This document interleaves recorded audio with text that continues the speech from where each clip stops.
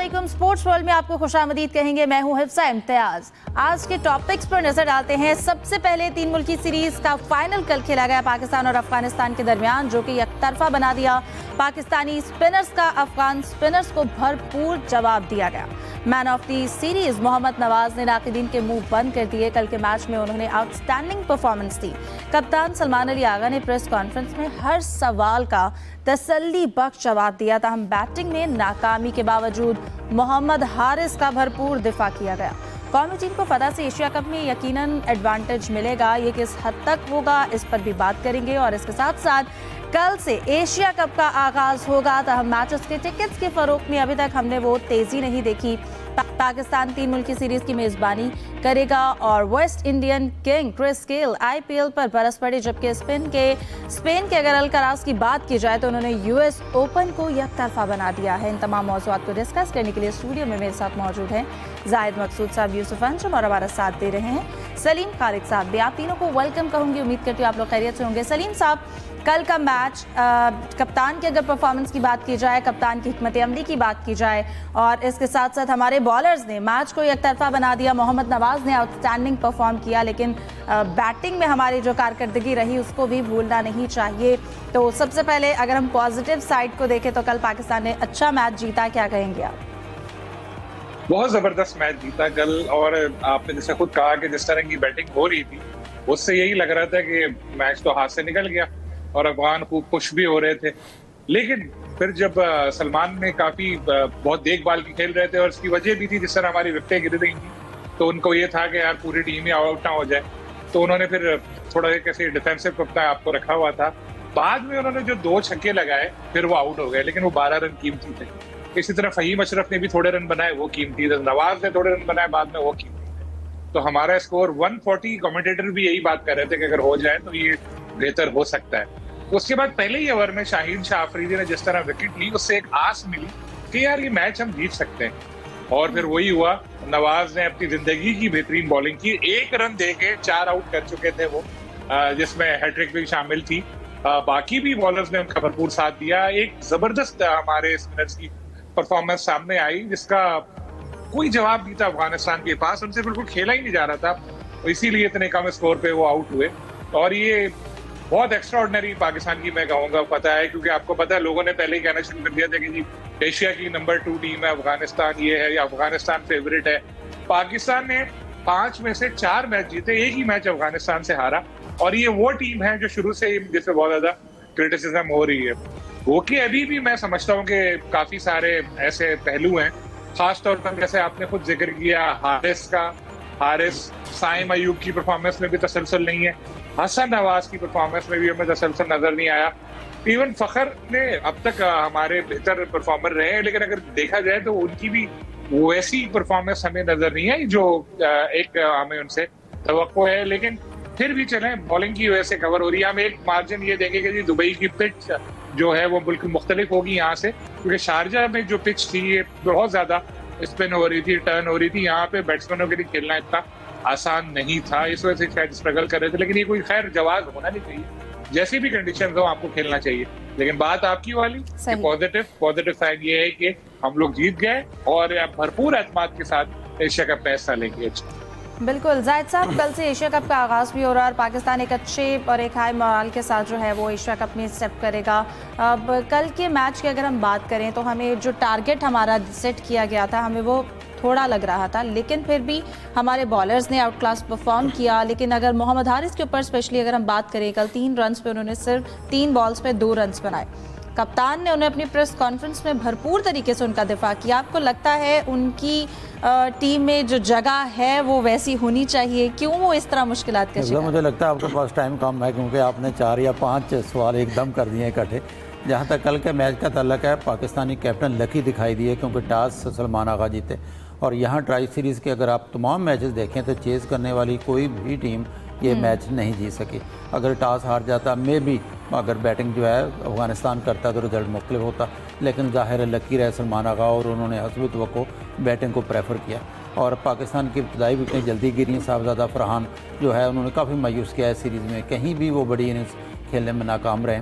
ये ठीक है, पिच टर्निंग थी और पिच ख़ास तौर पर जो कल के मैच थी, इस पर सिर्फ ये पहला मैच खेला गया, इसमें पहले कोई और मैच नहीं खेला गया था। और फिर उसके बाद फ़ख्र और साइम ने बहुत ही तहम्मुल के साथ जो 35-40 रन जोड़े वो बड़े कीमती साबित हुए।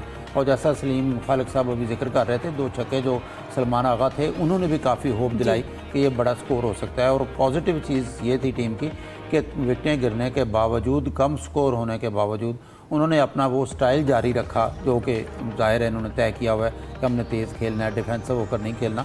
और बाद में जो सलमान आगा ने प्रेस कॉन्फ्रेंस की, उन्होंने कहा कि मुझे लगता था जब मैं पिच पे था कि 130 के करीब हम स्कोर कर लेंगे तो फाइटिंग होगा, और वो 141 रन कर गए, यानी कि उनकी तवक्को से भी ज़्यादा कर गए।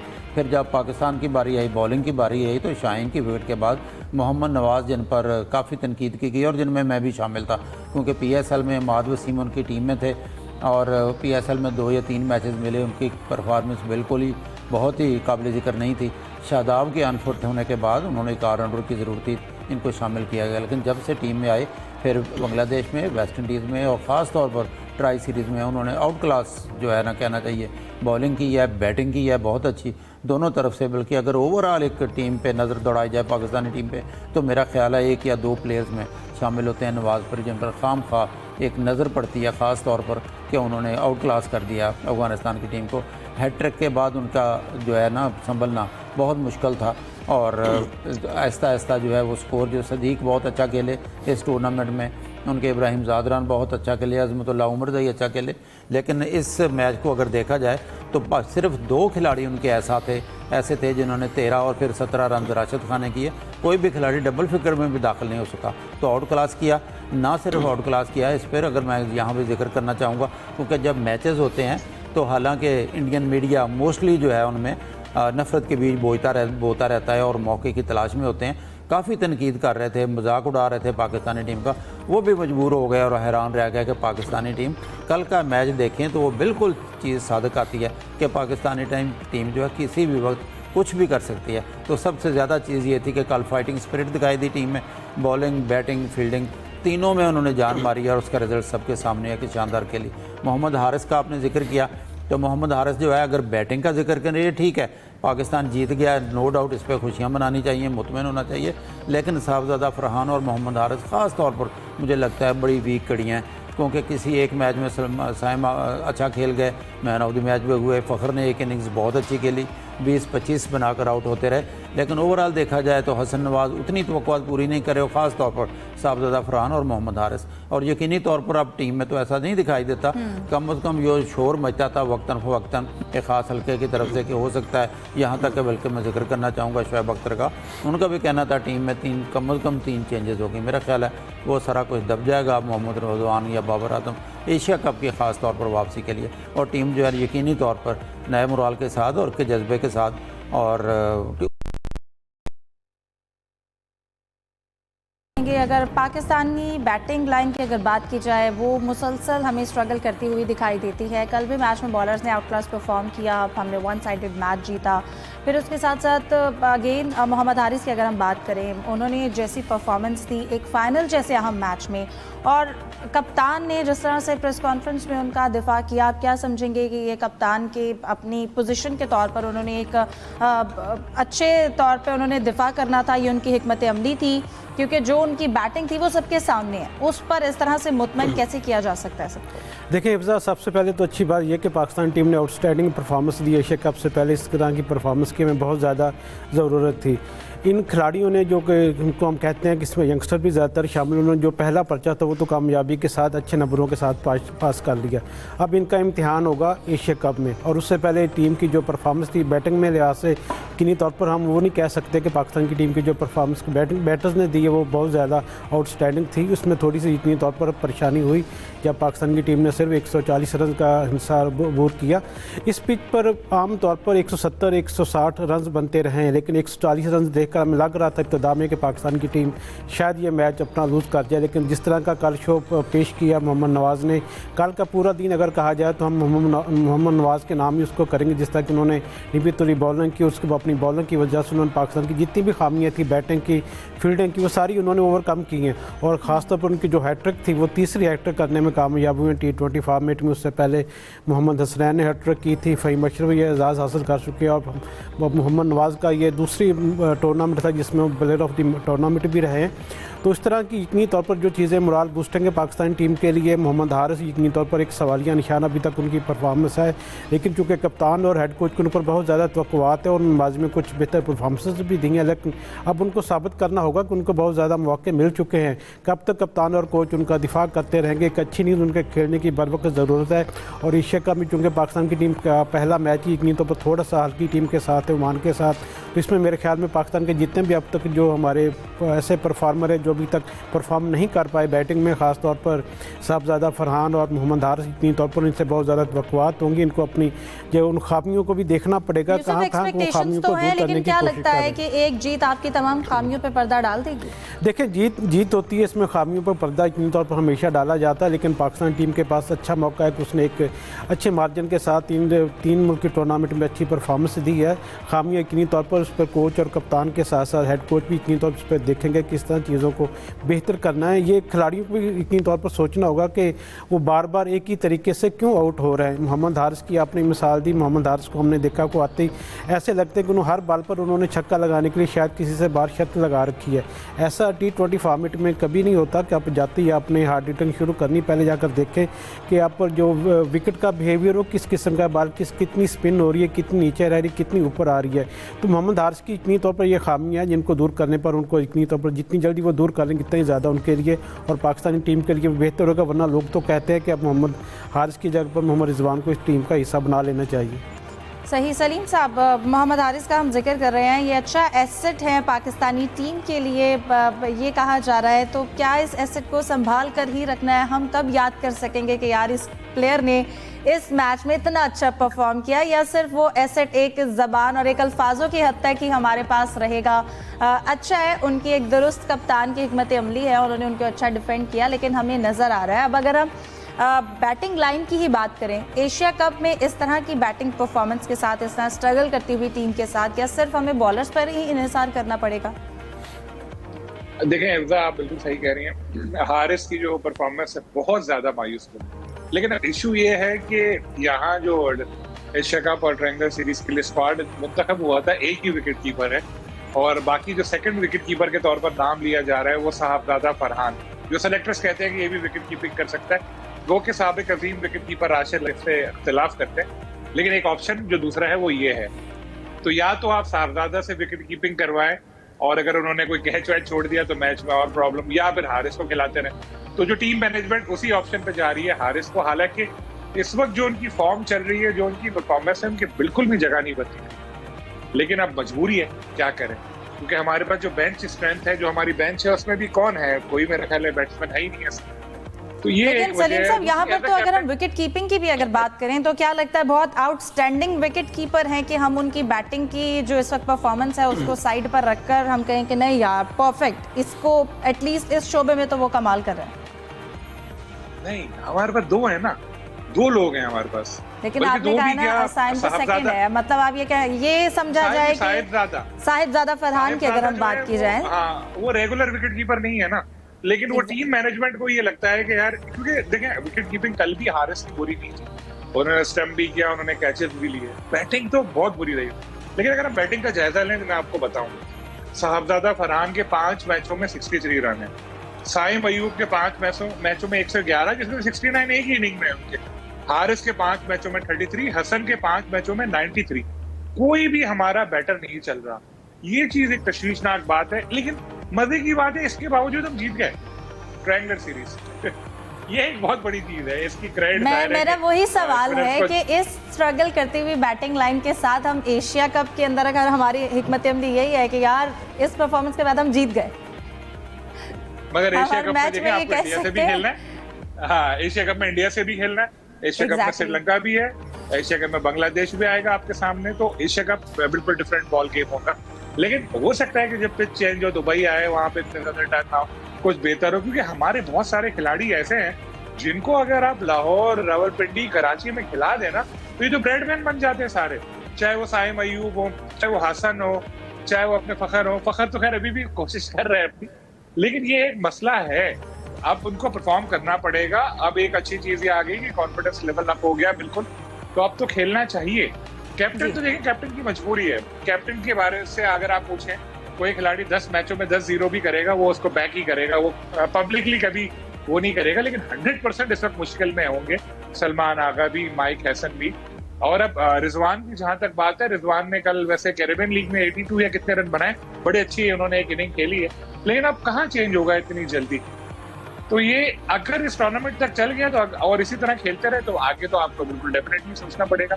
इस वक्त हमारे लिए ट्राई सीरीज में हम पाकिस्तान ने फतह हासिल की है, यकीनन पाकिस्तान को इसका कितना एडवांटेज मिलेगा इस पर हम बात करेंगे, लेकिन इसके बाद एशिया कप में यकीनन इससे भी ज़्यादा टफ टीम हो सकती है, उनके साथ पाकिस्तान को मुश्किलात का शायद सामना करना पड़ सकता है।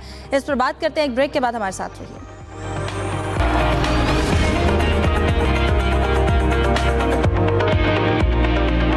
Welcome back. सलीम साहब, आपकी जानिब आऊंगी, कहिएगा कल से एशिया कप का आगाज होने जा रहा है, लेकिन हमने अब तक वो एक्साइटमेंट नहीं देखी शायकीन में, या टिकट्स के हवाले से अगर बात की जाए तो टिकट्स की फरोख्त में उतनी तेजी नहीं आई। जी बिल्कुल, उसकी वजह ये है कि एमिरेट्स क्रिकेट बोर्ड ने इस बार एक काम किया है, पहले भी शायद किया था, कि उन्होंने पैकेज बनाया। उन्होंने कहा भाई अगर आपको इंडिया पाकिस्तान का मैच देखना है तो आपको ओमान के साथ वाला भी मैच देखना होगा, दूसरा भी कोई हल्का मैच है वो भी देखना होगा, क्योंकि उनको लगता है कि अगर वो अकेले टिकट देगी तो इंडिया के मैच के टिकट सब ले लेंगे, बाकी मैचों में स्टेडियम खाली रहेगा। तो ये हिकमत अमली जो उन्होंने बनाई, इसकी वजह से टिकट के प्राइस बहुत हाई हो गए पैकेज के। शायद इस वजह से लोग अभी तक उस तरह का नहीं जो शोरोश नजर आया, लेकिन मेरा यही ख्याल है कि जैसे ही वो टिकट बिल्कुल ये पैकेज वाला सिस्टम खत्म करेंगे और अलग अलग बेचना शुरू करेंगे तो वो सारे फरोख्त हो जाएंगे। इम्कान यही है जैसे पास में रहता है। इस वक्त तो आप खुद सोचें ना कि आपको एक इंडिया पाकिस्तान मैच देखना है, लेकिन 3,500 दिरहम का अगर आपको टिकट मिले तो आप क्यों लेंगी? 3,500 दिरहम आप लगा लें, 2.5-3 लाख रुपए तो हो ही जाते हैं। तो ये मेरे ख्याल में मेन वजह इसकी है, पैकेज सिस्टम जो ये लेकर आए। सही। यूसुफ, आपको क्या लगता है, आप कल की हमने एक अच्छी ट्राई सीरीज जीत कर अब हम एशिया कप में पाकिस्तानी टीम जो है वो कदम रखेगी, आपको क्या लगता है कल की जीत के बाद कितना एडवांटेज मिलेगा, और एशिया कप में बाकी टीम्स को देखते हुए पाकिस्तान की तैयारी? देखिए, अगले साल चूँकि T20 वर्ल्ड कप है तो उससे पहले एशिया कप तमाम टीमों के लिए बहुत ज़्यादा अहमियत रखता है, खुसूसन पाकिस्तान के लिए, क्योंकि पाकिस्तान का जो ट्रैक रिकॉर्ड एशिया कप में उतना ज़्यादा अच्छा नहीं है। 2012 में हमने आखिरी बार एशिया कप जीता, उसके बाद इंडिया की टीम 8 बार चैंपियन बन चुकी है, श्रीलंका 6 बार फाते रहा। तो पाकिस्तान के लिए सूरत हमेशा एशिया कप के लिए ज़रा मुश्किलात का सामना करना पड़ता है। अब चूँकि हमने ट्राई नेशन भी जीती, हमारा मोराल ज़्यादा अच्छा है, बेहतर हुआ, और चूँकि यंगस्टर खिलाड़ी भी हैं तो इनसे अच्छी परफॉर्मेंस की तवक्को की जा रही है। पहला मुकाबला चूँकि 12 तारीख को हमारा ओमान के साथ होगा, तो उससे हमें अंदाज़ा होगा कि इन कंडीशन पर पाकिस्तान की तैयारी आगे कैसी है और आगे कैसे ये टीम अपने जल करेगी। बिल्कुल। इसके साथ साथ जाहिद साहब, आपकी जानिब आना चाहूँगी, इस वक्त जो स्पेन के अल्काराज ने US ओपन को एक तरफा बना दिया, एक अच्छा मैच हुआ और यकीनन जो विनर हुआ उसने अपनी भरपूर मेहनत दिखाई है, उनकी जीत के हवाले से आप क्या कहेंगे? देखिए, 10 साल में 4 बड़े टेनिस के टूर्नामेंट होते हैं जिन्हें ग्रैंड स्लैम कहा जाता है, और ये ग्रैंड स्लैम चौथा था, यानी कि 4 कंप्लीट हो गए। कार्लोस अल्काराज का तल्लक स्पेन के साथ है, यानिक सिनर जो है वो इटली के हैं, और दिलचस्प बात यह है कि इस साल 2 इवेंट जो है यानिक सिनर ने जीते हैं, 2 अब कार्लोस अल्काराज ने जीत लिए। रात जो मैच था, क्योंकि सारा मैच मैंने देखा, सच्ची बात है उतना मज़ा नहीं आया जो तवक्को की जा रही थी कि कांटे का मैच होगा, क्योंकि अल्काराज छाए रहे इस मैच पे।